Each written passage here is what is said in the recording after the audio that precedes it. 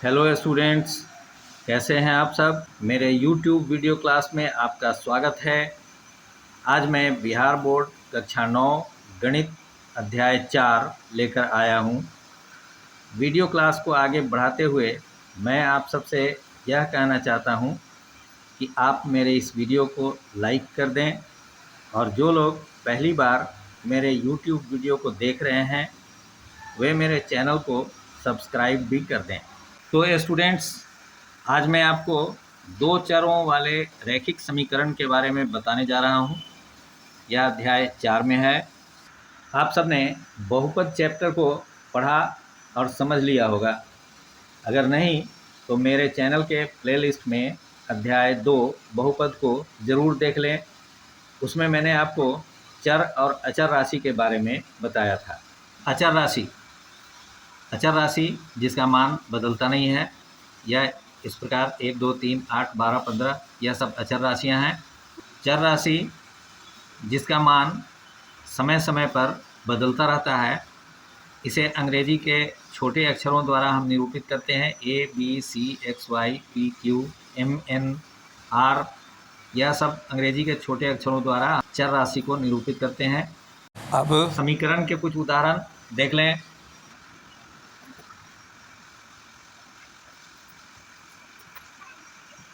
आप देखिए, आपके सामने दो समीकरण हैं। एक है 2x + 8 = 0 और एक है 3x + 2y = 18। पहले समीकरण में आप देख रहे होंगे यहाँ केवल एक चर है x और बाकी अचर है 2 और 8। तो यह एक चर वाला समीकरण है। और यहाँ देखिए, यहाँ दो चर है x और y और बाकी सब अचर हैं, तो इसे दो चर वाले समीकरण कहेंगे। साथ ही जिस समीकरण में चर का घात 1 हो वह रैखिक समीकरण भी कहलाता है। तो यह दोनों में चर का घात 1 ही है। इसमें भी जो चर है x और y इसका घात 1 है। तो यह दोनों समीकरण रैखिक समीकरण है। यह एक चर वाला रैखिक समीकरण है या दो चर वाला रैखिक समीकरण है। अब कुछ और बातें मैं आपको बताता हूँ। एक समीकरण को हल करते समय निम्नलिखित बातों को ध्यान में रखना होता है। एक रैखिक समीकरण पर तब कोई प्रभाव नहीं पड़ता जबकि पहला, समीकरण के दोनों पक्षों में समान संख्या जोड़ी या घटाई जाती है। दूसरा, समीकरण के दोनों पक्षों को समान शून्येतर संख्या से गुणा या भाग दिया जाता है। आप इसी समीकरण को देख लें। यहाँ पर 2x + 8 जोड़ 2 बराबर 0 जोड़ 2 अगर हम इस प्रकार लिखते हैं तो यह दोनों तरफ कोई प्रभाव नहीं पड़ेगा। समीकरण पहले की तरह ज्यों का त्यों रहेगा। इसी तरह अगर कोई राशि हम दोनों तरफ घटा लेते हैं तब भी समीकरण पर कोई प्रभाव नहीं पड़ेगा।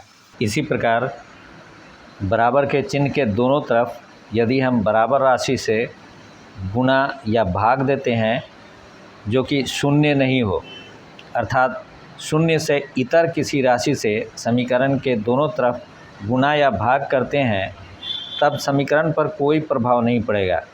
मतलब दायां पक्ष और बायां पक्ष बराबर ही रहेगा।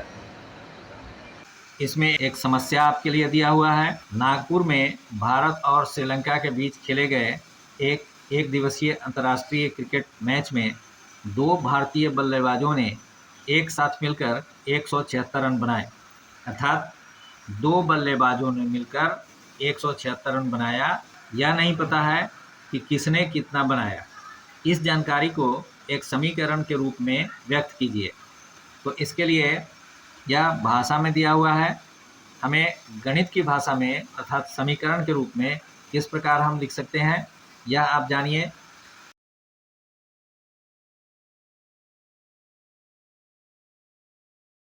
हम यह मान लेते हैं कि पहले बल्लेबाज ने x रन बनाया और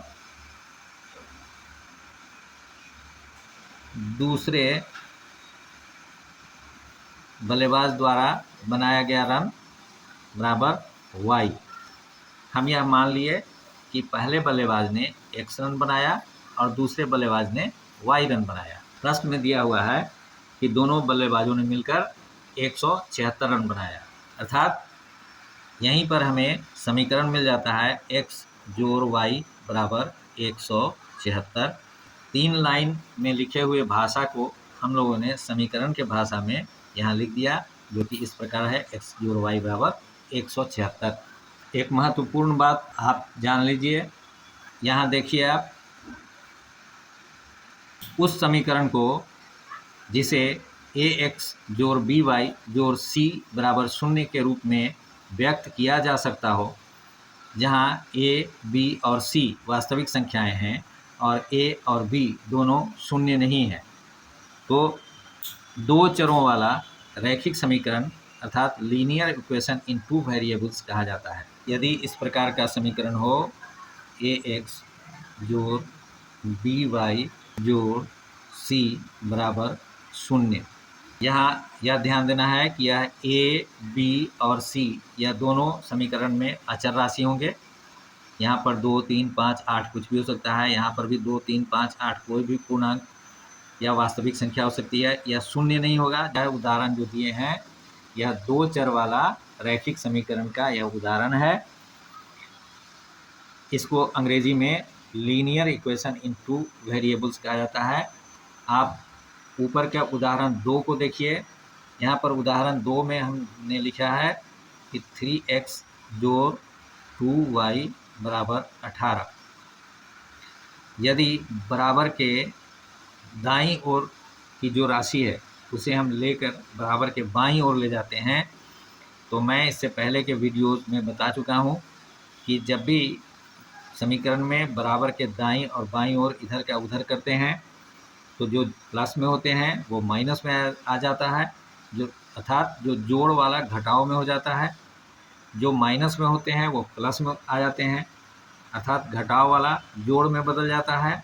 तो यहाँ भी हम जब राशि को दाईं ओर से बाईं ओर लाएंगे तो इस प्रकार होगा 3x जोड़ 2y घटाव 18 बराबर, यह 18 बराबर के इधर चला आया तो यहाँ कुछ नहीं बचा, यह शून्य हो गया। अब यहाँ आप देखिए कि अगर 3 को हम a मानते हैं, 2 को b मानते हैं और -18 को c मानते हैं, तो यह हो गया ax जोड़ by जोड़ c बराबर 0, अर्थात यह दो चरों में रैखिक समीकरण हो गया। अब हम प्रश्नावली 4.1 पर आते हैं, उससे दो चरों वाले रैखिक समीकरण के बारे में कुछ और समझ विकसित होगी।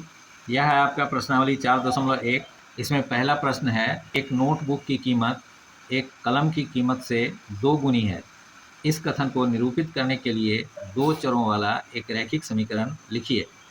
देखते हैं कि किस प्रकार दो चरों वाले रैखिक समीकरण इससे तैयार होता है। पहला प्रश्न में इसमें दिया हुआ है कि नोटबुक की कीमत एक कलम की कीमत से दुगनी है, अर्थात कलम की कीमत कम है, उसकी कलम की कीमत की दुगनी है नोटबुक की कीमत। तो सबसे पहले हम लोग मान लेंगे कि मान लिया कि नोटबुक की कीमत बराबर x, और साथ ही मान लिया और कलम की कीमत बराबर y। किताब में दिया हुआ है कि नोटबुक की कीमत कलम की कीमत से दुगनी है, अर्थात नोटबुक की कीमत अधिक है, कलम की कीमत कम है। कलम की जितनी भी कीमत है उसकी दुगनी नोटबुक की कीमत है। दुगनी मतलब 2 गुना। कलम की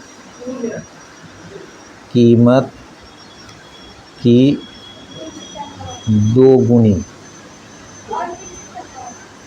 ये कितना हो जाएगा? कलम की कीमत y है तो दोगुनी का मतलब 2y। इससे यह साबित होता है कि नोटबुक की कीमत x है, अर्थात x बराबर 2y। तो यह भी हमारा एक समीकरण तैयार हो गया, और इस समीकरण में 2y को यदि हम दाईं से बाईं ओर ले जाते हैं तो हो जाएगा x घटाव 2y बराबर 0। यह भी एक समीकरण हो गया। तो यह दोनों समीकरण हमारा हो सकता है। अब दूसरा प्रश्न देखिए, निम्नलिखित रैखिक समीकरणों को ax + by + c बराबर 0 के रूप में व्यक्त करना है। प्रत्येक स्थिति में ए, बी और सी के मान बताइए। यहाँ पर 8 प्रश्न है, 8 के हमें ए, बी और सी बताना है। प्रश्न 2 के पहला में है 2x + 3y बराबर 9.35 का रैकरिंग, 5 के ऊपर रैकरिंग है। हमें इसे ax + by + c के बराबर 0 के रूप में लिखना है, साथ ही a, b और c का मान बताना है। तो हम इसे ऐसे लिख सकते हैं 2x, इस 9.35 का रैकरिंग को हम लोग दाहिने से बाएं साइड ले जा सकते हैं। तो 2x + 3y - 9.35 का रैकरिंग बराबर हो जाएगा 0।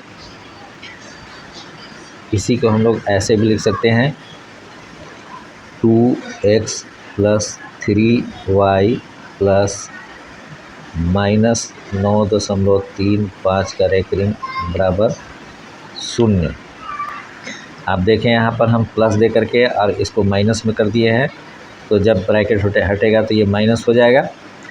तो इस तरह आप देख रहे हैं कि यह ax + by + c के रूप में आ गया। अब यहाँ a बराबर हो गया 2, b बराबर हो गया 3 और c बराबर हो गया -9.35 का रैकरिंग। यह आंसर हो गया। इस समीकरण को आप देखिए, यहाँ पर है x माइनस को हम यहाँ पर प्लस लिखते हैं, ब्रैकेट में माइनस लिख देते हैं। y/5 को हम लिख सकते हैं 1/5 y और प्लस -10 बराबर 0। इस y को हम बाहर रखेंगे। अब आप देखिए ax मतलब यहाँ पर a की जगह पर आप इसको एक लाइन और बढ़ा कर लिख सकते हैं 1 × x, हालांकि 1 × x x ही होता है, प्लस -1/5 y प्लस -10 बराबर 0। अब देखिए ax + by + c बराबर 0 के रूप में आ गया। हम यहाँ पर लिख सकते हैं कि a बराबर है 1, b बराबर है -1/5 और c बराबर है -10। यह आंसर हो गया। इस समीकरण को हम लोग लिख सकते हैं ऐसे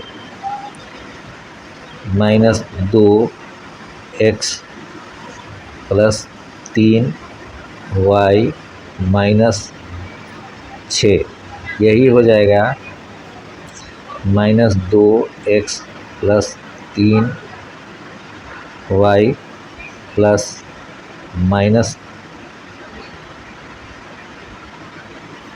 -6 बराबर 0। ax + by + c बराबर 0, तो a बराबर हो गया -2, b बराबर हो गया 3 और c बराबर हो गया -6। आंसर हो गया। यहाँ पर देखिए x बराबर 3y, इसको हम लोग ऐसे भी लिख सकते हैं x - 3y बराबर 0। अब यहाँ पर x y है। अब c के लिए क्या करना है, तो आप इसको ऐसे देखिए x - 3y + 0 बराबर 0।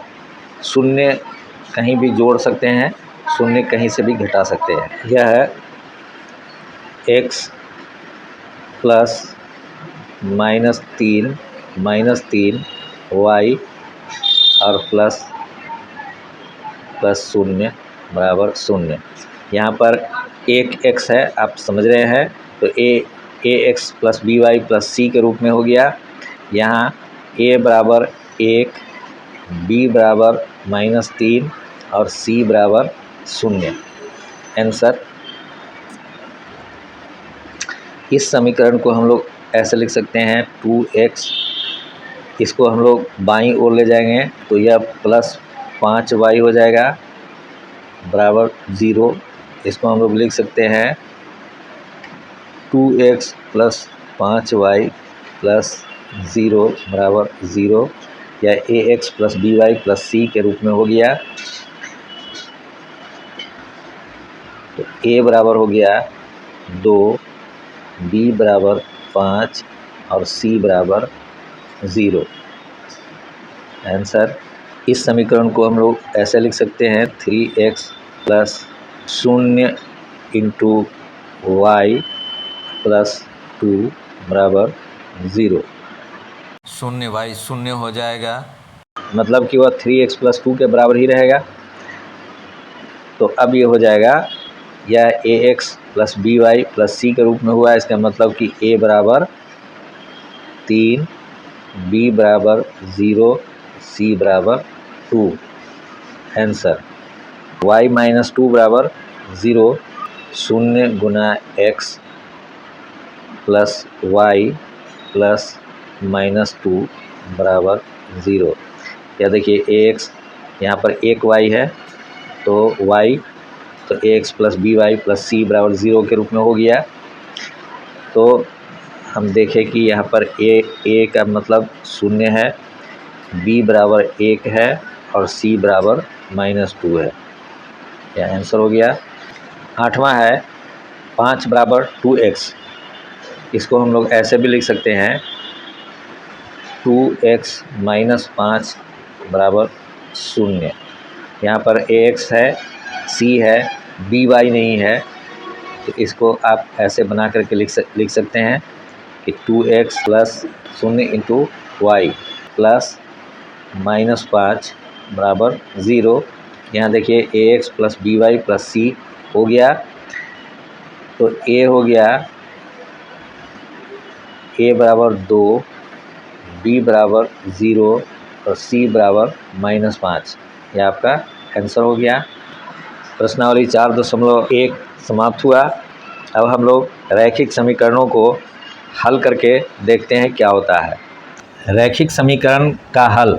देखिए, इसमें दो बातें बहुत महत्वपूर्ण हैं। एक चर वाले रैखिक समीकरण का एक और केवल एक ही हल होता है। दूसरा, दो चरों वाले रैखिक समीकरण के अपरिमित रूप से अनेक हल होते हैं। हम लोग दो उदाहरण यहाँ ले रहे हैं। आप देखें, यह दो समीकरण है, एक में एक चर है, दूसरे में दो चर है, x और y है। यहाँ यह एक चर वाला रैखिक समीकरण है या दो चर वाला रैखिक समीकरण है। दोनों के हलों को हम लोग देखते हैं। हम इसको हल करेंगे तो देखें, यहाँ पर 2x बराबर माइनस 8 हो जाएगा। तो x बराबर माइनस 8/4 बराबर माइनस 2। 8/2 बराबर माइनस 4।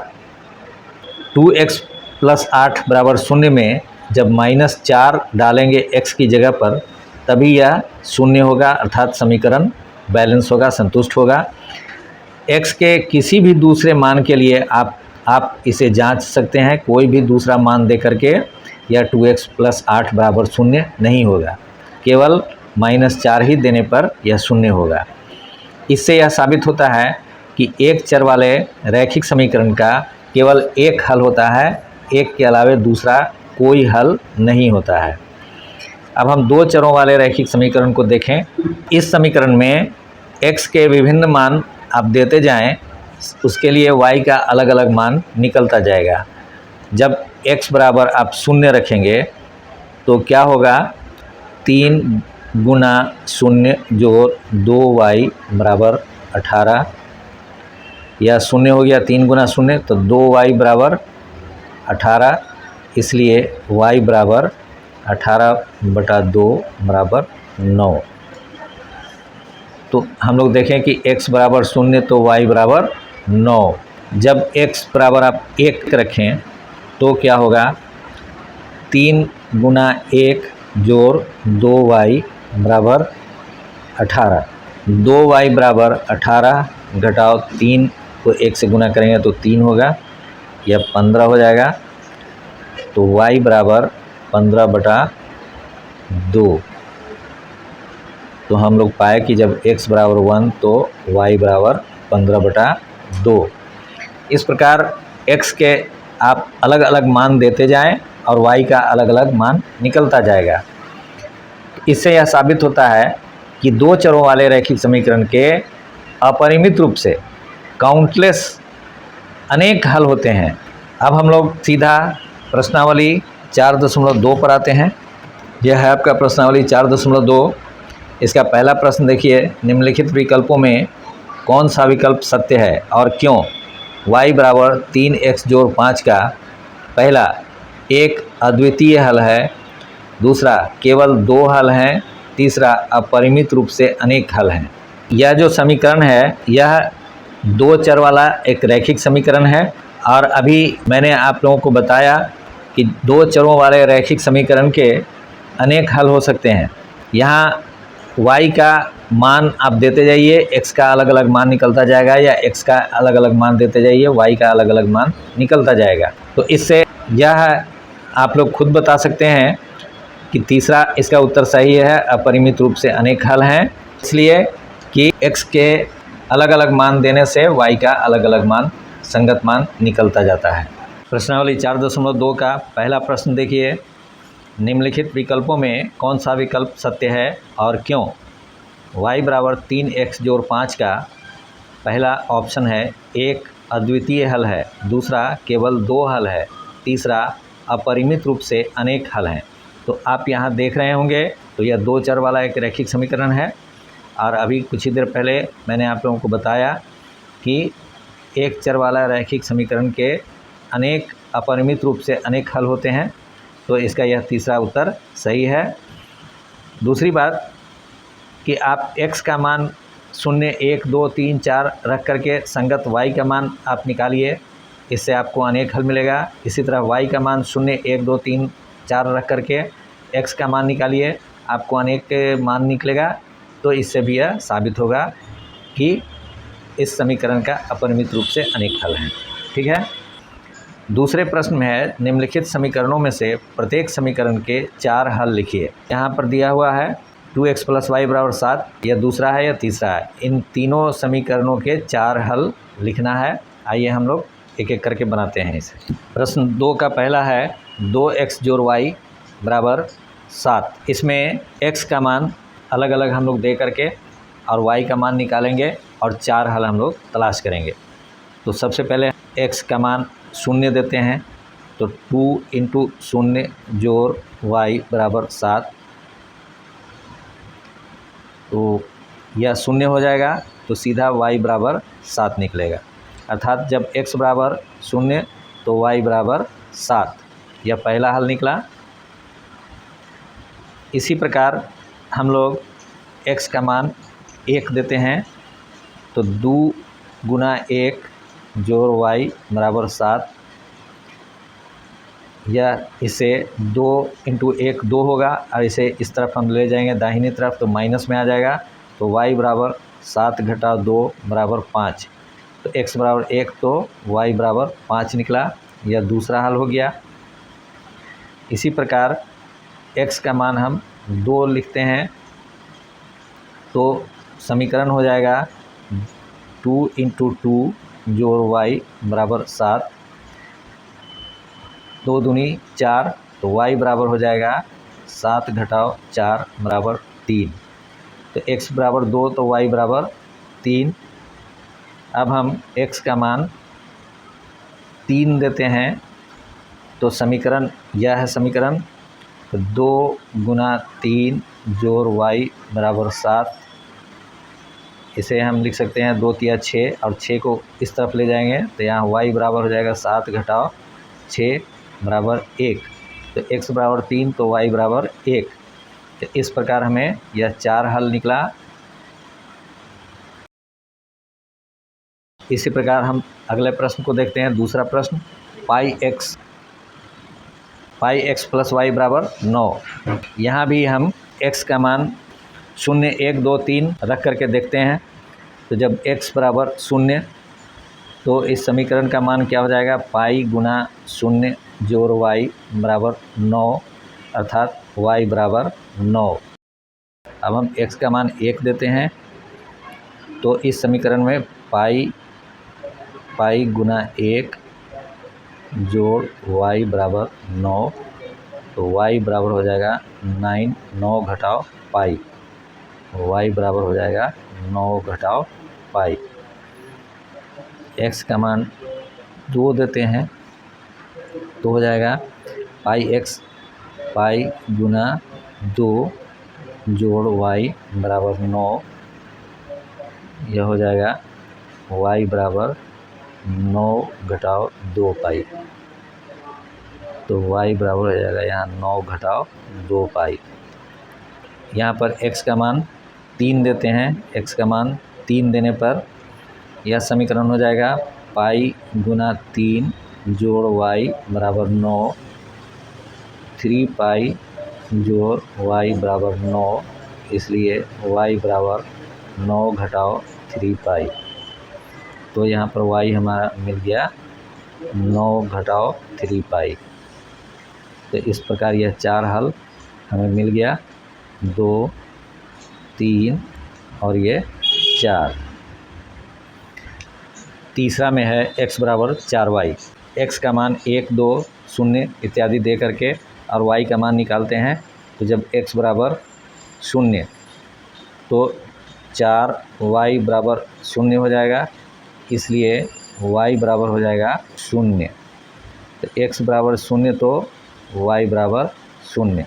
x बराबर 1 रख करके देखते हैं तो यह हो जाएगा 4y बराबर 1, इसलिए y बराबर 1/4। तो x बराबर 1 तो y बराबर 1/4। x का मान 2 देते हैं, x बराबर 2 तो 4y बराबर 2 हो जाएगा। तो y बराबर 2/4 बराबर 1/2।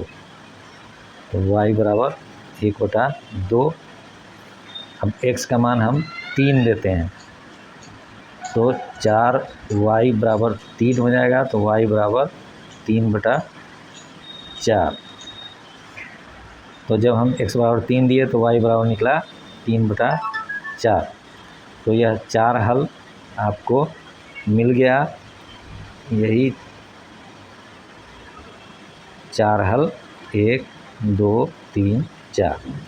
तो इस प्रकार दूसरा प्रश्न हल हो गया। तीसरे प्रश्न को देखिए, बताइए कि निम्नलिखित हलों में कौन कौन समीकरण x घटा 2y जो बराबर 4 के हल हैं और कौन कौन हल नहीं हैं। यहाँ 5 हल दिए हुए हैं, 1, 2, 3, 4, 5। इन पांचों हलों को x और y की जगह पर रख करके हम लोग देखेंगे कि इससे इन हलों से यह समीकरण संतुष्ट होता है कि नहीं। जिस हल से यह समीकरण संतुष्ट हो जाएगा वह सही हल होगा, और जिससे संतुष्ट नहीं होगा वह हल इस समीकरण का वह हल नहीं होगा। तो हम लोग एक एक करके इसकी जांच करते हैं। तीसरे प्रश्न में हमें बताना है कि यह जो 1, 2, 3, 4, 5 ये हल हैं, ये इस समीकरण के हल हैं कि नहीं है। तो हमें जांच करके बताना है। तो सबसे पहले हम 0, 2 को इसमें x की जगह पर 0 और y की जगह पर 2 रख करके देखते हैं कि यह दाहिना पक्ष और बायां पक्ष बराबर होता है कि नहीं इसका। तो x की जगह पर हम 0 रखते हैं, y की जगह पर 2 रखते हैं, तो 2 गुना 2 बराबर 4। तो इसका मतलब यह हो जाएगा कि -4 बराबर 4, जो कि बराबर नहीं है। तो इसलिए यह पता चला कि यह पहला हल नहीं है। तो हल नहीं है, हम लिख देंगे हल नहीं है। दूसरा को देखिए, x की जगह पर 2 रखते हैं और y की जगह पर 0 रखते हैं। तो x की जगह पर जब 2 रखेंगे तो यह हो जाएगा 2 घटाओ 2y, 2 गुना 0 बराबर 4। यह हो जाएगा 2 घटाओ 2 गुना 0, 0 बराबर 4। इसका मतलब कि 2 बराबर 4 यह नहीं हो सकता है, तो यह भी हल नहीं है। तीसरा में है 4, 0। यहाँ x की जगह पर हम लोग 4 रखेंगे, y की जगह पर 0 रखेंगे। तो यह हो जाएगा 4 घटाओ 2 गुना 0 बराबर 4। 4 घटाओ 2 गुना 0, 0 हो जाएगा बराबर 4। इसका मतलब कि 4 बराबर 4। तो यह दोनों बराबर है, तो इसका मतलब कि यह हल है। हाँ लिख देंगे, ठीक है। इसके बाद हम x की जगह पर √2 लिखते हैं और y की जगह पर 4√2 लिखते हैं, तो यह हो जाएगा √2 घटाओ 2 गुना 4√2 बराबर 4। हम जब इसको हल करेंगे तो यह हो जाएगा 4 दूना 8√2, √2 घटाओ 8√2 बराबर 4। √2 हम कॉमन ले लें तो 1 घटाओ 8 बराबर 4। इसका मतलब हो जाएगा कि -7√2 बराबर 4। एक तरफ ऋणात्मक संख्या है, एक तरफ धनात्मक संख्या, दोनों बराबर हो ही नहीं सकता है, इसलिए यह हल नहीं है, यह हल नहीं है। 5वां को देखें, x की जगह पर 1 और y की जगह पर भी 1 हम लोग रखते हैं, तो यह 1 घटाओ 2 गुना 1 बराबर 4। इसका मतलब कि 1 घटाओ 2 बराबर 4, -2 प्लस 1, तो -1 हो जाएगा बराबर 4। यह बराबर नहीं हुआ, इसलिए यह भी हल नहीं है। इस प्रकार तीसरा प्रश्न को हम लोग हल कर लिए। अब चौथा प्रश्न को देखते हैं। चौथा प्रश्न में है k का मान ज्ञात कीजिए जबकि x बराबर 2 y बराबर 1 समीकरण 2x जो 3y बराबर k का एक हल हो। अर्थात इस समीकरण में हम x का मान 2 और y का मान 1 रखने पर k का मान निकाल सकते हैं। तो इसको हम लोग हल करते हैं। हम लोग इस समीकरण में x बराबर 2 और y बराबर 1 रख करके देखते हैं और k का मान निकालते हैं। तो समीकरण है, यहाँ x की जगह पर हम लोग रखते हैं 2 गुना 2 जोड़ y की जगह पर 1, तो 3 गुना 1 बराबर k, 2 दूनी 4 जोड़ बराबर k। इसका मतलब हुआ k बराबर 4 और 3 7। यह आपका आंसर हो गया। इस प्रकार हम लोगों ने प्रश्नावली 4.1 और 4.2 को हल कर लिया। आज के वीडियो क्लास में इतना ही रखते हैं। अगले वीडियो क्लास में 2 चरों वाले रैखिक समीकरण का आलेख तैयार करना मैं बताऊंगा और साथ ही प्रश्नावली 4.3 और 4.4 को हल करके बताऊंगा। तब तक आज हल किए गए दोनों प्रश्नावली को देखकर समझिए और खुद से प्रश्नों को हल कीजिए। आपसे मैं इतना ही कहना चाहता हूं कि मेरे इस वीडियो को लाइक ज़रूर कर दें। जो लोग पहली बार मेरा वीडियो क्लास देख रहे हैं वे मेरे चैनल को सब्सक्राइब भी कर दें। साथ ही यदि आपके मन में कोई शंका हो, कन्फ्यूज़न हो तो कमेंट के द्वारा मुझे बताएं। मैं आपके कमेंट का उत्तर ज़रूर दूंगा। तो मिलते हैं अगले वीडियो में, तब तक के लिए विदा।